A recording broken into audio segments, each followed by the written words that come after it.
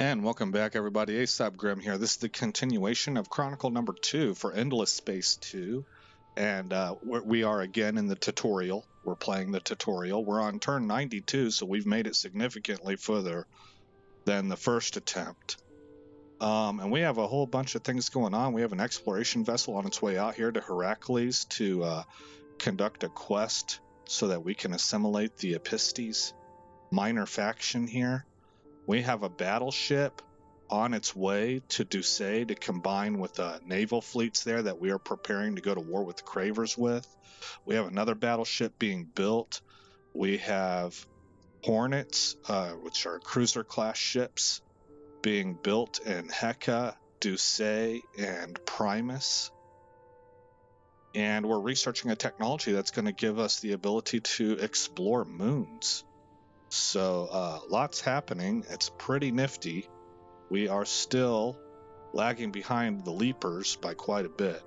So we'll push to turn 93 and see what happens here. All right, system colonized on Beertus. Excellent. Excellent. That means we can start sending people there and from our overcrowded systems. We got a hero level up. Lena Zavelas has gained enough experience to reach level 8. Zavelas. Assigned skills. I was going down this tree. Do I want to continue doing that? It's a plus 20 approval. Maybe I need to be coming down this way. Is she in a sterile system? Primus. Temperate. Gas. There's one sterile, two sterile, and a fertile. I mean, that's probably good enough. What are our other options? We could improve the dust. What's this one do here? Plus 2 deposit value on strategic resource deposit. That might be rather strong. What's this do? Negative 25% assignment duration, negative 25% dust on hero. Ooh, plus 30 science. Yeah, we better start grabbing this. Person of means.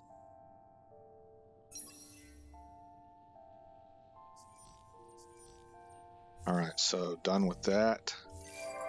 And we got Hiroshims, Horatio, and Imperials on Primus, Heka, and Oslo.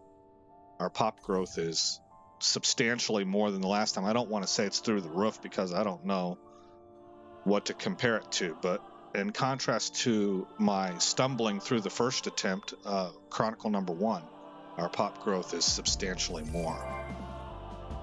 Alright, Ducey completed its Hornet and is now working on the Spin project, which will only take 1 turn.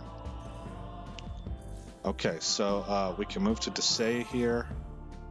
We can click this. Create new fleet. Third Saviors, Navy, and merge. Alright, we're at 10 of 14 now. Fleet power.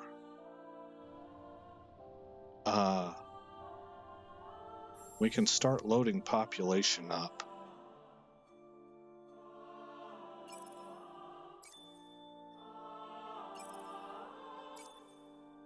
And let's send 1 unit of Imperials. I don't know if I want to send 2 units. Yeah, I do.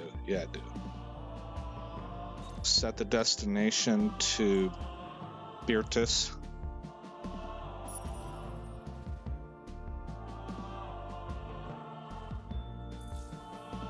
Alright, and then up here at Primus.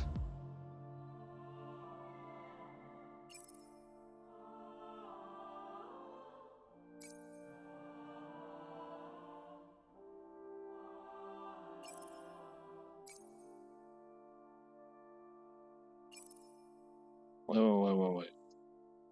Yeah. Well, no. Whoa. Is this a fertile planet? It is, so it makes sense to have them here.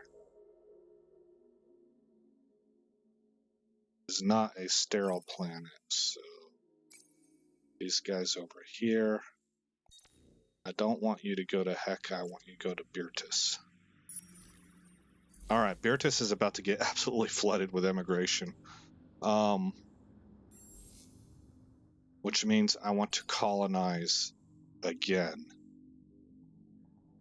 And then I want to start putting up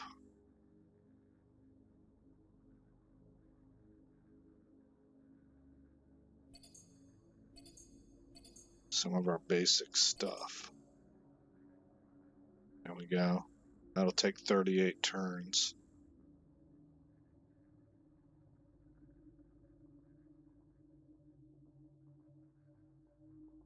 Are you not a large planet? It's a huge planet. If it's a huge planet, why so low on the pop count here? That's maybe because it's a gas planet. I guess so. We're going to be living on platforms and stuff. So these are going to be production heavy, not really population heavy. You are an ice planet, and you can see it has more slots. Okay. All right, good to know that.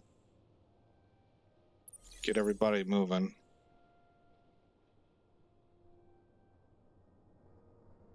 Okay, push to turn 94. What are you?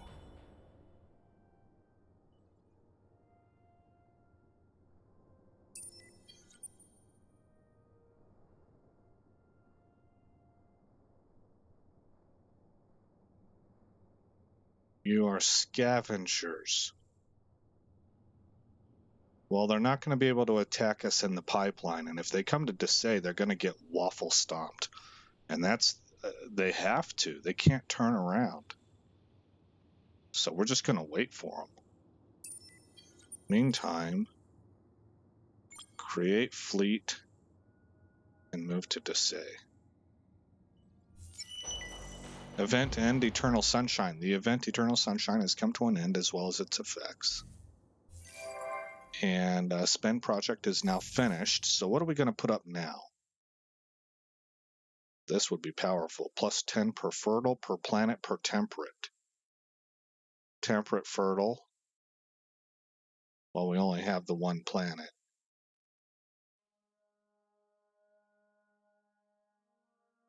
Are we hurting on anything? I mean, I don't really know how to say yay or nay. We're not negative on anything. Maybe I will go Tactical armaments, impervious bunkers. Yeah, let's work on system defense first. Okay. Tell everybody to move.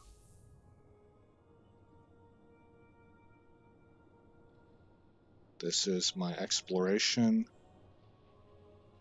vessel, right? Yes.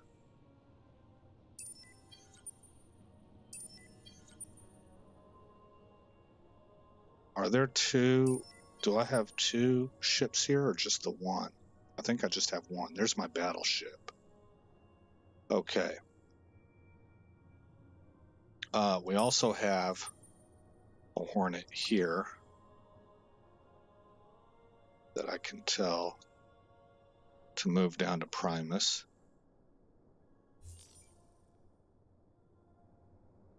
Miners Union is done. Hornet and Heka was done. I think I already got that one going. Yes, I did. All right, move to turn 95. And research is complete on compact fusion methods.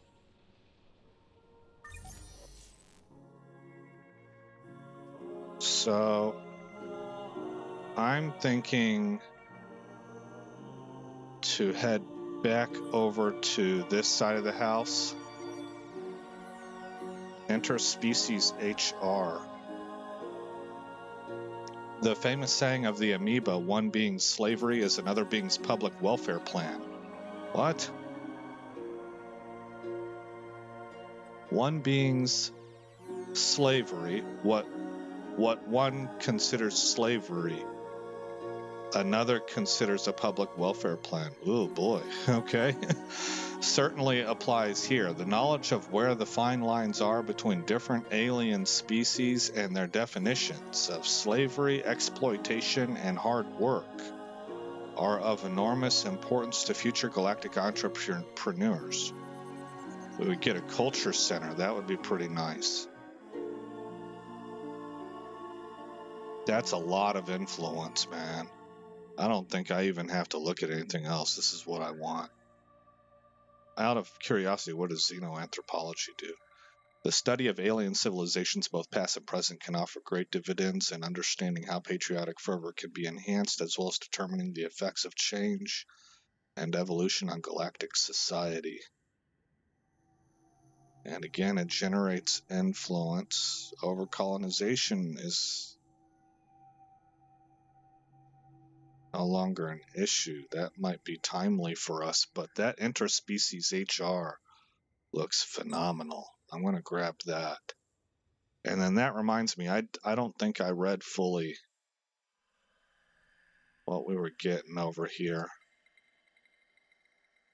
Based on the technology used to shrink fusion systems, miniaturized energy sources that consume almost any mineral are now available for habitat development. This allows for the construction of settlements and exploration of planets that is orders of magnitude more rapid. And it grants us Moonbase Alpha. Exploitation of a lunar body can provide many advantages: a site for inexpensive shipbuilding and repair, a way station to and from asteroid mines, and an excellent base for scientific observation and analysis. Man, that's cool. That just made me think of, I always forget the name of this TV series. It's really popular. The Expanse.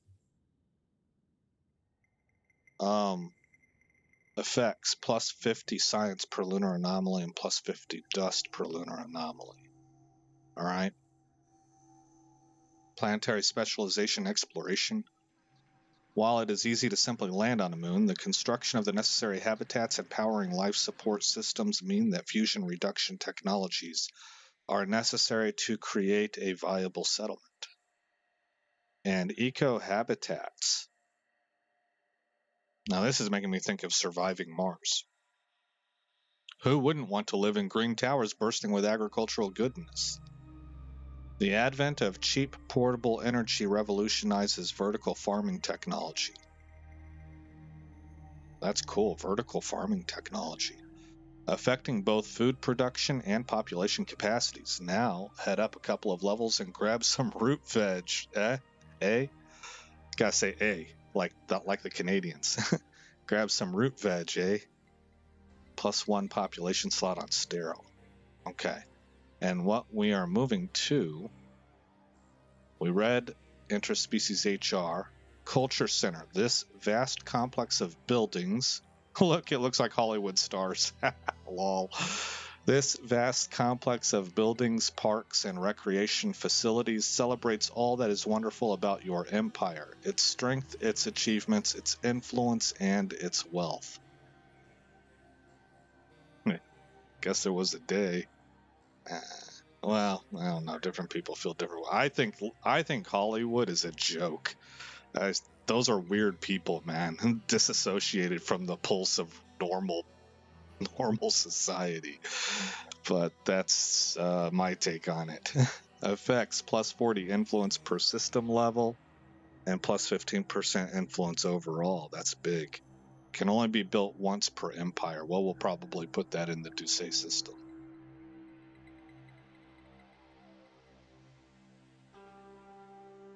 Okay. And colonial rights. A complex question has always arisen around the power of a colonial government to administer its own affairs without too much interference from distant, once important homeworlds. Now that technology has rapidly developed to the point where colonies are autonomous, stable, and productive, most factions tend to adopt a hands-off policy for laws and regulations. in return for a constant supply of cash. That's very Romanesque. Yeah, that's very Romanesque. Okay. Cool. Things are improving. What's that score look like now? 697 to 530. Got Yusho on Dusay.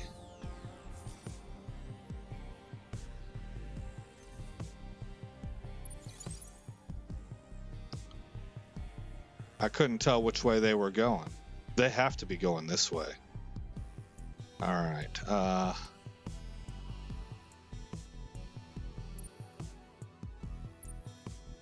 Okay, those are the two fleets that are idle. Hey, I wonder if, can I put you on defense? Yeah, heck yeah, I can. All right, that means that as soon as they enter in, we'll attack them. I think that's what that means. It gives us the initiative. Okay, let's press to turn 96.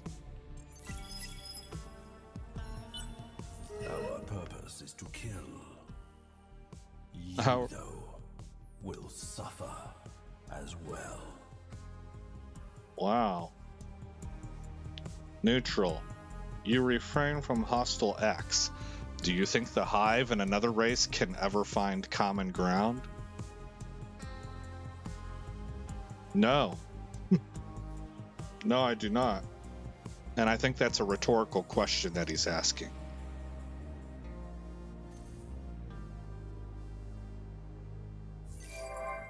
Primus Imbertus, growing pop, latest political survey.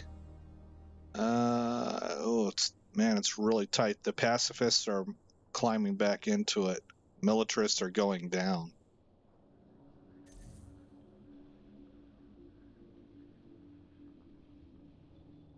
Where are you guys at? You're right here.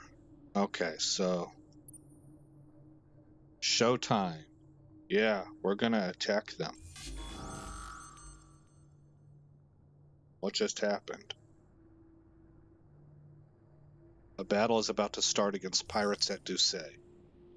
Okay.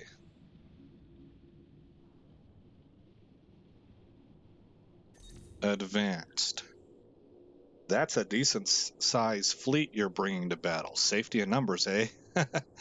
When you have multiple ships and enough combat points, your fleet will naturally be split into 3 flotillas. Depending on the tactics chosen, each flotilla could have a different trajectory, which might be used to protect civilian ships or even deploy a kamikaze one.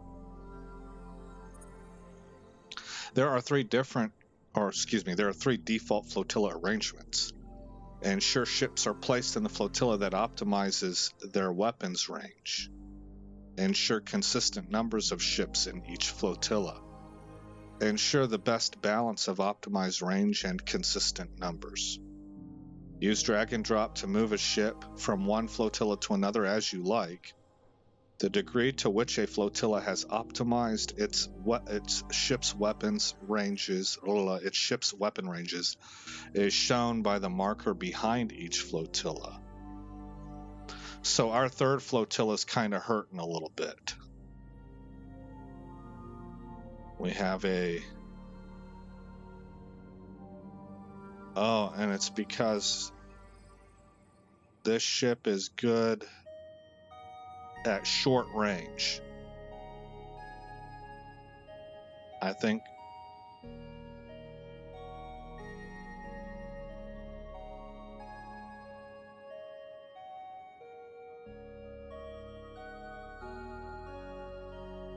which I'm not going to have a lot of choice there. I'm not really diverse in this area.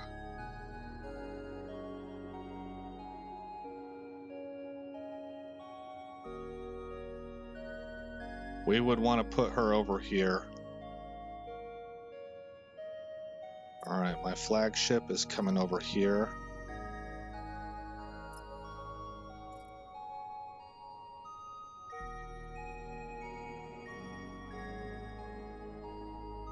Because this unit is good at all ranges.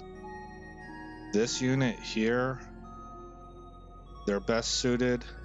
These are There's 2 Panthers, a Paladin. Oh, I don't want the Endeavor in there.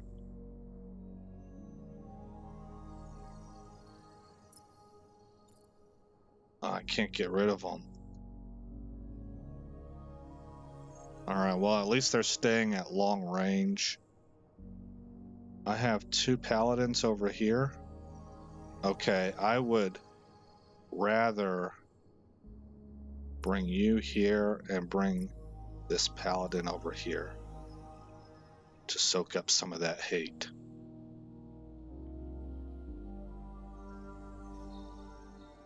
Okay. Notice that some support modules apply their effects to entire flotillas, so make sure you choose the composition of your flotillas carefully. And don't forget about the theater effects and tactics bonuses as well. There are none. Click fight to let the battle commence. Okay, let's look down here. We have the decided edge in overall power. I think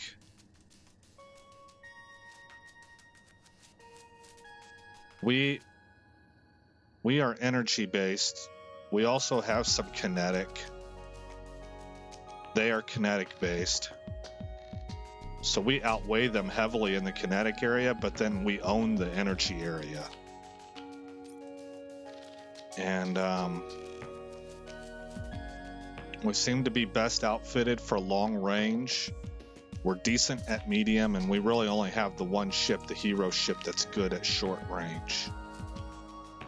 Now these 3 here, they're optimal at all ranges. So what I want to do then, first of all, what do we have here? Revive and rebuild. Plus 3% damage at long range per enemy ship on ships. I think I'll grab that. Okay, and then where are my tactics at? This flotilla is optimal at medium range. That it's averaging it out.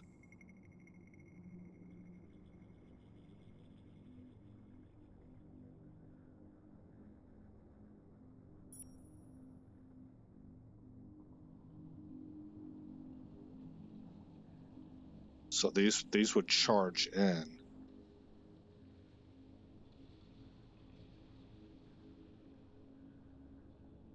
And it's saying I don't like that. That's not a good option. I need to get some new tactics going then. This is what we're going to use, and it looks like they're set for a medium engagement, and these guys are set for a long engagement, which is pretty much how I would want it.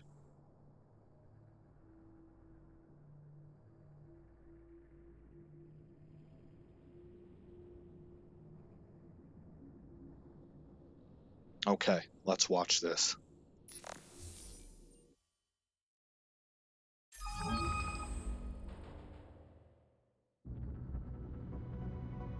Battle at Doucet versus Pirates.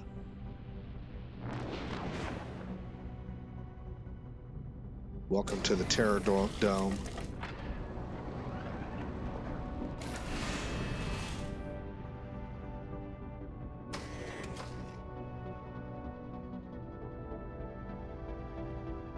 It's about this time that Kevin realized he made a mistake.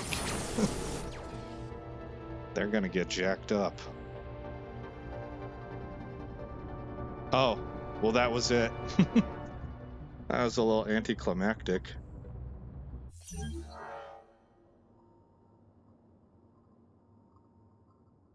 Cool. Solo quest complete. Looking to the future, excavating the past.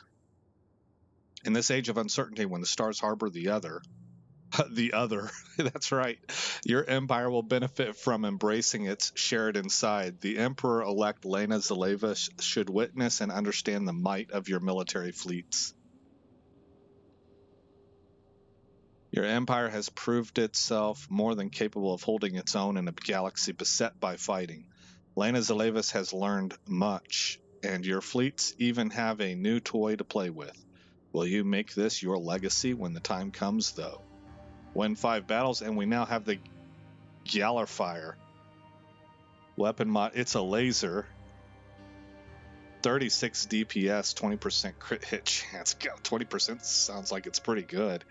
Optimal range is medium. Are we going to have to refit again? Alright, solo quest started. Chapter 2, looking to the future, excavating the past, part 2. The Empire grows, a picture of its end state slowly emerging. It will be glorious, there is no doubt about that. What troubles you, though, is whose glory it will be. The betrayer is still at large. Julinka is still silent, despite being encouraged to speak. Now your empire spans light years rather than light minutes. The scope for uprising seems greater than ever. You fret, pace the palace, demand updates from distant fleets night and day. The people are happy, though, are they not? They live in an era of unrivaled prosperity, do they not? And those that have joined the Empire, have they not come to understand that their old ways were inefficient, backwards, and ultimately leading them to destruction? Who are you kidding? Revolt is always on your mind. You obsess about a distant system turning against Raya. The idea of Lena Zalevas as Emperor-elect gains more support with each passing season, but you will have no true peace until the betrayer is uncovered, caught, and neutralized. Harness the mood of the Empire, Lena Zalevas counsels, and cement your power. What do you mean? I mean, impose your will by enacting more laws. More laws, yeah, oh man, this is... Oh boy, yeah, alright. You give a puzzled look. Lena Zalevas continues. Men are strange creatures. They will rail against spoken words, but give those same words permanence in writing, and they will obey to their dying breath. Never forget the power of the rule of law, your Imperial Majesty. Lena Zalevas is right. You can tighten your control of the Empire by strengthening its laws. I'm opposed to this. I don't like how they wrote this. Look, this is like a kind of a trick. So there's a difference between having more laws and the rule of law. I mean, every functioning society in history has abided by the rule of law.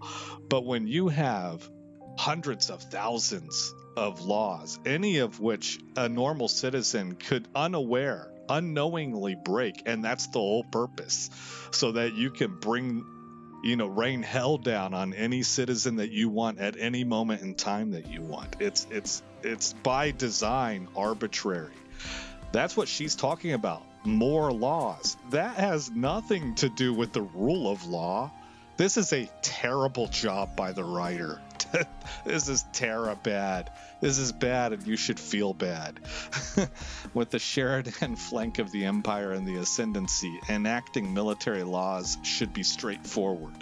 Okay, so we're talking martial law here.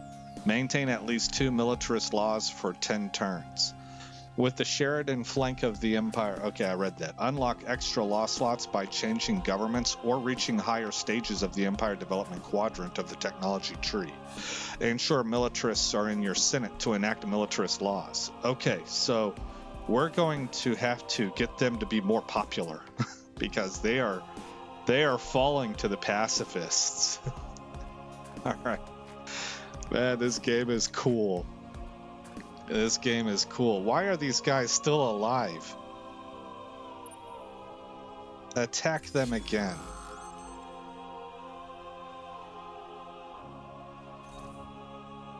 Everything's all set up? Yes. Is this another...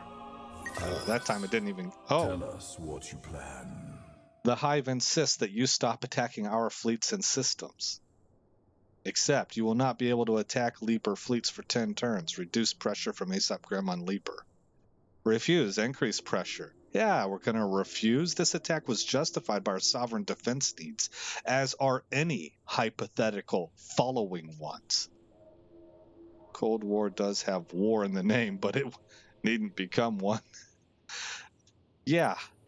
Refuse. Go kick rocks.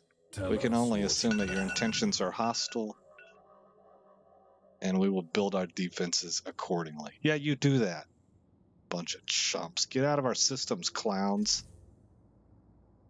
What's the score now? Oh, it says we're in talks. Oh, man, they jumped up to 706, though. All right, so we finished that. We blew up their positron. Or, well, we damaged it. And their scavenger 2. Flag, Hornet, okay. Oh, they have another one right here. 2 enemy fleets. You are not safe. This guy right here. All right, he's not hurt. Do we need to repair? No, apparently not. We have been dominating. All right, we don't have any other navies here. We got stuff on its way. All right, oh, wait, we can tell everybody to move. Yeah, I was wrong about that. We have this guy, Hornet 2, merge. Okay. All right, now we can save it. Wait a minute. What do you sound like when you scream? That's awesome. That line is scary. They cooked that one up real well, because it definitely sounds like he's finished his sentence when it says, "What do you sound like?" I remember the first time I heard him say that, and I'm like, well, I'm thinking to myself, these people's language might be different than ours. Maybe it's oral, or something is going on with communications. What do you sound like? Maybe they're a waveform generated. They live underwater or something, and so sounds are really important to them. And then he finishes it when you scream. It's like, dang. Now, what do we have going on here? Remove fleets from... Yeah, let's demand that. Tell us what you plan. We agree to remove our fleets as a gesture of goodwill. Your fleets will be moved to the closest system outside of Aesop Grimm's influence. Reduced pressure from Libra on Aesop Grimm. Oh, that was really good. Now they're reserved. Oh, man, we kicked their teeth down their throat. And they're like, it's a little bit hotter in the kitchen than we thought it was going to be. Oh, they're bullies, boys. Well, people, I don't know who was listening. All right, they're bullies. They quit easy. Let's save it.